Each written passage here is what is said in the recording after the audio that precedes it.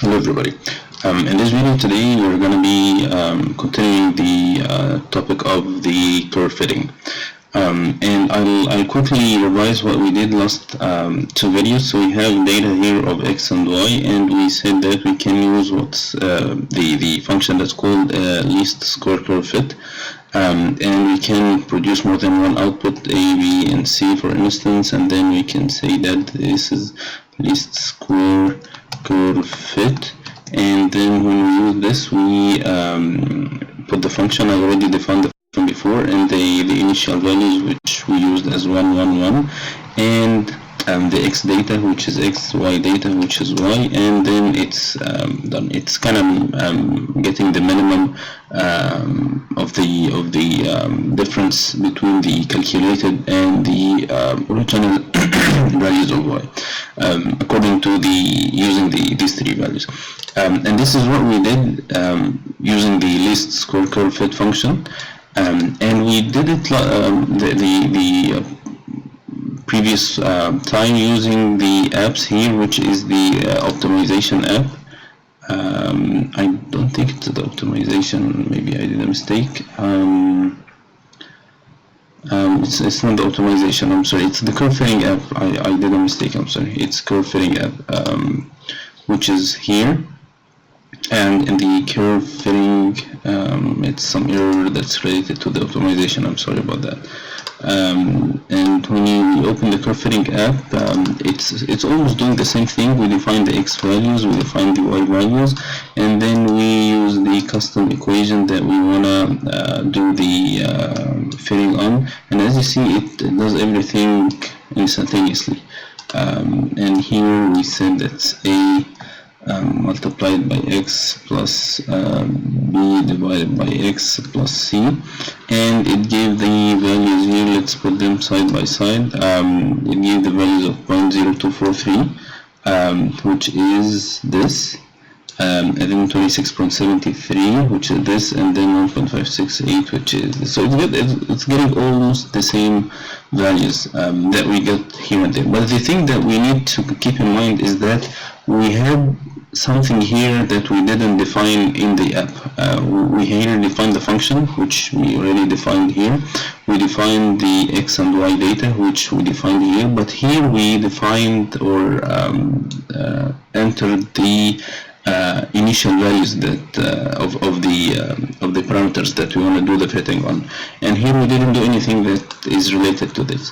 And we see that these two are doing the same thing, and we should have something here or somewhere here that asks us to enter the initial values.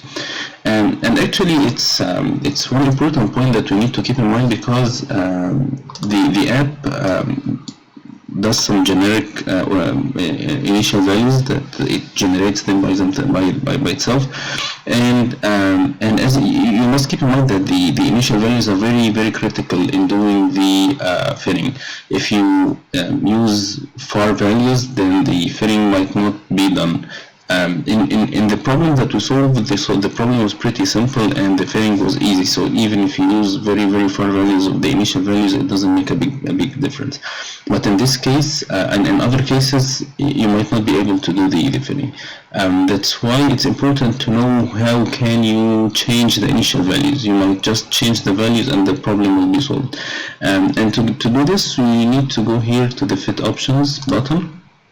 And here we'll see some options. I don't understand most of them, but the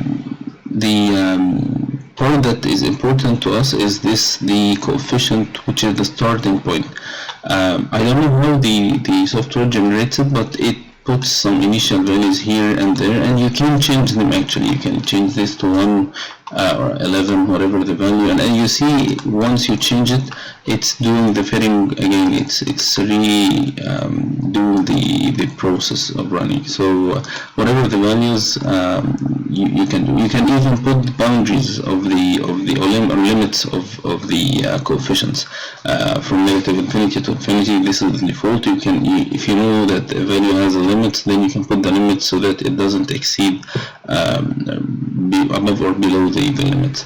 There are some other options here that tolerance, which is, it's kind of an optimization process, and it has to do some iterations to get the values, and the iteration process always includes the tolerance. We'll talk about this in the future in a few videos when we talk about the solution of nonlinear algebraic equations and how we do the iterations, and here we'll go to this tolerance thing.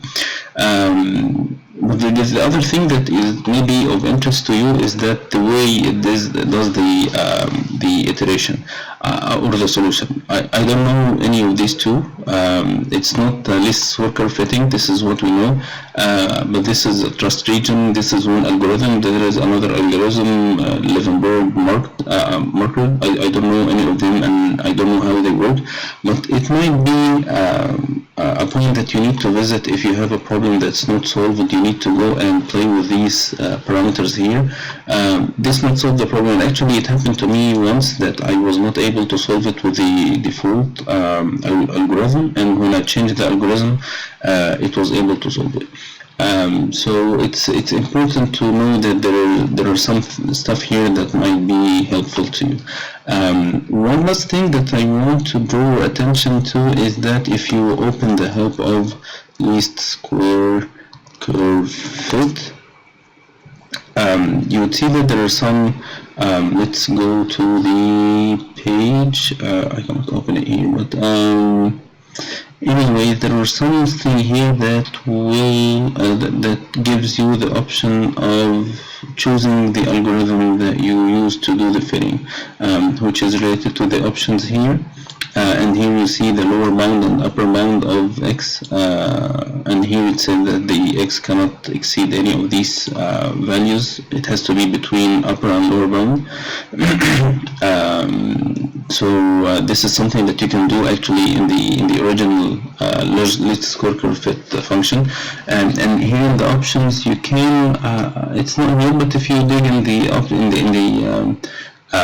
help, in the documentation, you would find that you can get this options to choose which algorithm that you use. I can do this here. Let's here this square fitting. It says solve nonlinear curve fitting data, and let's see where the options. Here it says the options here, and you can choose the options.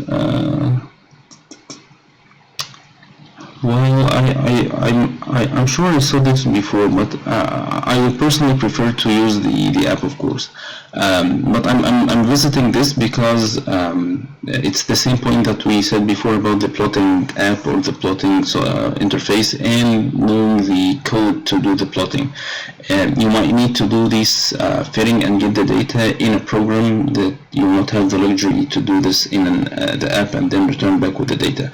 So that's why so that it's important to visit this function and compare what we have here to what we have in the app, so that you know they both do the same thing in different ways. So I hope it's helpful to you, and I'll see you in the next video.